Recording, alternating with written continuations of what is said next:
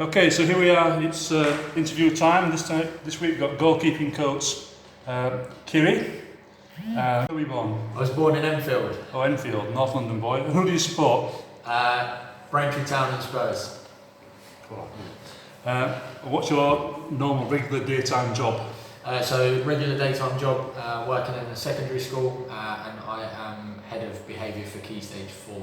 Brilliant. So, now what I did find out about you, looking at various websites, is as a 17-year-old, you went to America to Maine to develop your sports leadership and training skills. So what can you tell me about your time then? So from the age of 15, was working with the local borough, Enfield Council, and with the Football Association, and I was away on a residential, and I was voted as one of the top 3 leaders within the category of 16 to 24, and as a result, from the FA scholarship programme, was given a trip to Maine to see a different culture of coaching and to experience a different environment. And did you gain so much out of that? Yeah, it was fantastic. It was a fantastic experience to go out to America to see how they worked their ideas of their coaching philosophies within a school structure, but also within an elite soccer, elite football environment. So really beneficial, and it's helped me in my coaching journey. Excellent. Did you play football at any level? So played youth teams, and then had a little bit of time within sort of Spartan South Midlands. But haven't played, always coaching, and took a coaching roles on from very early on, from school. And were you a goalkeeper? I was a goalkeeper, yeah. Who coached you? So in regards to sort of coaches, there wasn't really any big coaches, but a goalkeeping coach who has a massive impact with myself is Martin Brennan, somebody who's worked in the Premier League and within Football League clubs as well. So he's somebody who's had a big impact on me. And then current QPR goalkeeping coach, Erbil Bozkurt, has supported me on my journey and had a massive impact in my goalkeeping journey. Brilliant. Did you get to play with anybody famous for or against you in your brief time as a footballer? Or any memorable moments you can think? No, I've worked with some excellent coaches. Namely Paul Furlong, QPR, and Micah Hyde, who was at Dagenham Redbridge. They're both at Barnet as well. Yeah, they both were. So they are 2 coaches who I hold high respect. I have a lot of time for. But yeah, them 2, massive respect. And then you got into women's football, not as a player obviously, but. Yeah, correct. So I was given an opportunity coming out of my scholarship to take on a role within the FA Women's Premier League, and to have that opportunity within the managerial side of it, to build my own backroom staff, to have overall responsibility of a group. The youngest Women's Premier League manager as well was a fantastic experience for me, and another great learning curve. So where did you go? What did you do? How did they do? So in the first season, finished top 5. So it was against teams like West Ham Ladies, Crystal Palace. So it was a tough league. So finished top 5. And then in my second season, we beat Newcastle in the semi-finals of effectively the League Cup. Was the first sort of group to part-time to reach a national final against Coventry. So yeah, it was successful, and one that I was able to enjoy and again learn and that a lot was from. Enfield Ladies, yeah? Yeah, correct, Enfield Town Ladies. So a fantastic club within women's and girls. Excellent structure and some really good people there. Okay. So you obviously pursued coaching from a young age and goalkeeping coach. But prior to that, how did the job at Enfield come up? So it was newer contact within the coaching structure from the men's side, and said that there was a vacant position and one that they'd like me to have a conversation about. Went down, met the committee, met the staff there. Really good, well set up, well structured club, and it was a no-brainer to have that opportunity so early on in my coaching career. So it wouldn't matter to you whether it was men's football or ladies football at the time? It was. No, of course. For me, it was very much to go in, develop my coaching philosophy, develop my backroom staff, implement my ideas for the group, and the women's game has progressed massively over the last few years, and to have that experience within that game has always helped me coming back out of the women game into senior men's football. Right. Okay. And how did you input Braintree? So I was away in New York and was given a call by former manager Glenn Driver here, who had, I believe, sort of seen my coaching and heard about me and was given good references, I believe. He invited me down on a Tuesday session. I came down and always following football and knowing the structure of Braintree is a massive club, a club that's always played at the highest level of the non-league structure, and the opportunity to come down here and immerse myself in this role was one that I couldn't turn down, and one that I've not looked back on. Okay. Which keeper has most impressed you and why? Current goalkeeper that I've worked with, Preston Edwards. His experience, his achievements within the game, his knowledge to be able to work with somebody of his calibre, but also him being receptive of my ideas, our ideas as a club. So how was that work as you as a young coach? It's been fantastic. It's been fantastic. I give the goalkeepers a lot of ownership. Conversations are two-way. They've played more games than me. They've seen more pictures than I've seen within games. So it's very, very. I base our relationship on that ownership, the trust between us as a goalkeeping department. So Preston Edwards, he's pushed me on as a coach, but really enjoyed working with him. And Michael Johnson, the first goalkeeper that I was fortunate to work here at this level. Genuinely believe he is excellent. He is one of the strongest goalkeepers in this league and the league above. So he allowed me to settle into the club. And again, as I said, their knowledge and giving them the ownership to be able to help develop their game and then to have that respect between both of us. What's the difference that makes a Premier League keeper to what we see at this level? Things happen much quicker. The timing, decision making, awareness, movement around the goal. Every league you go up, things happen quicker. Decision making needs to happen. Needs to happen quicker. So I would say it's the pace of the game and the calibre of player that you're working at. And we always speak about that within the practices that we work on at training.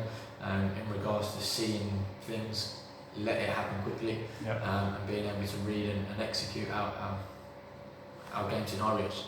I mean, because we've got, again, the young Norwich keeper, former Norwich keeper here.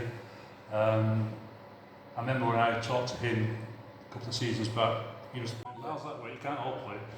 But, there's two out on loan and there's a couple playing at the club, and so there's a lot of competition for goalkeepers at a young level, and not a lot of spots available. No, 100%, and ultimately with a goalkeeper you can only play one game. And when you look at the professional game, and as you said, some have 4 or 5 within an age group, it's so important for their development to go out and play games of football. And if you're in the age bracket of 19 to 23 and you're playing within a layered approach within a professional game, it's so important to come out and play games at a senior level.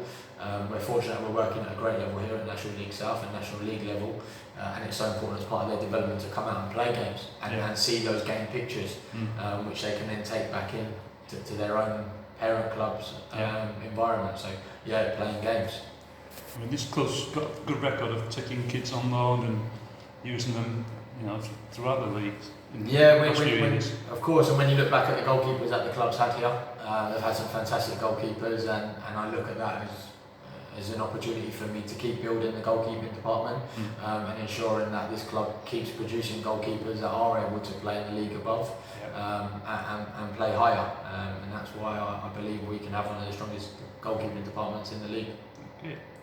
And obviously, I'm an old school football fan, but goalkeepers' role has changed a heck of a lot in this modern style of football. They have to kick the ball and pass the ball, and so again, that must make a difference in training sessions now. I mean, some keepers think the Beckenbauer from the old days of ping and pass, but a lot of them can't. So we should quite often see them caught out. So, I mean, do you think that it is something that is now improving at this level for keepers kicking the ball out, because they're still trying to replicate what's played at a higher rate? Massively. And I think when we do our analysis, and we're fortunate that we are able to do analysis here at Braintree with our goalkeepers, when you look at the times that they are touching the ball and the amount of contact time they are having with their feet, it's important that we replicate that within our practices on the training pitch.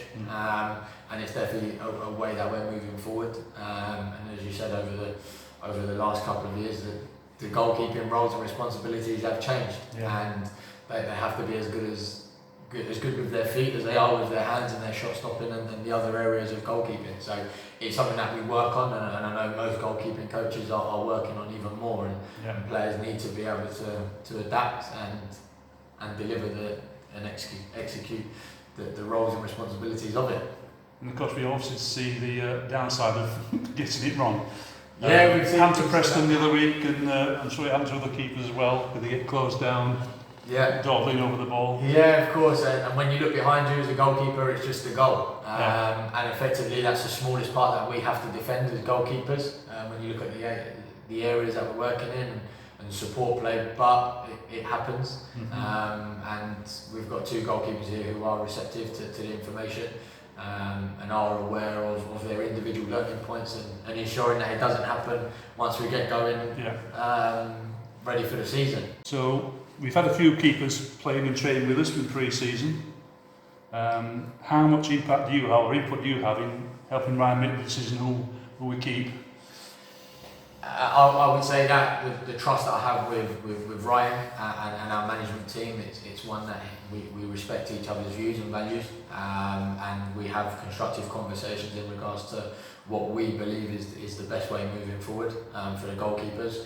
And Ryan I'm speaking to on a daily basis at the moment, in regards to making sure that we have the strongest possible setup ready for the first game of the season. So the trust is there.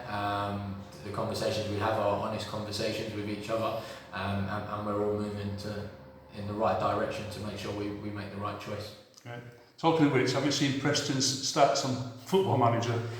I have seen. You wouldn't stats. sign in based on that. I have seen his stats, but we know the real Preston, and as I said, his experience of playing for Millwall, playing for England, and the achievements he's made at this level. What a fantastic goalkeeper and experienced goalkeeper to have at the club here for our younger goalkeepers as well, who are supporting. So it's fantastic to have Preston here. And as I've said previously, one that I really enjoy, and we have an excellent working relationship. Overall, what do you think of the keeping stands at this level?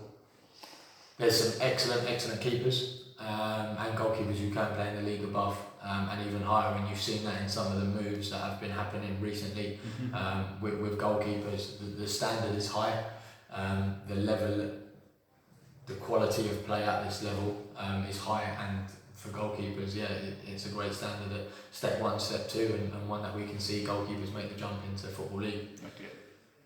And finally, what do you think the team can achieve this season? It's that cliche, we say one game at a time. I've been fortunate to be here and work under the past 3 managers. For us, it's key that we start day 1 with a positive result. We get the fans on our side, we get the fans coming back into the ground.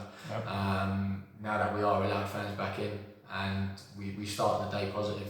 We start the 14th of August with a positive result, and we build off of that.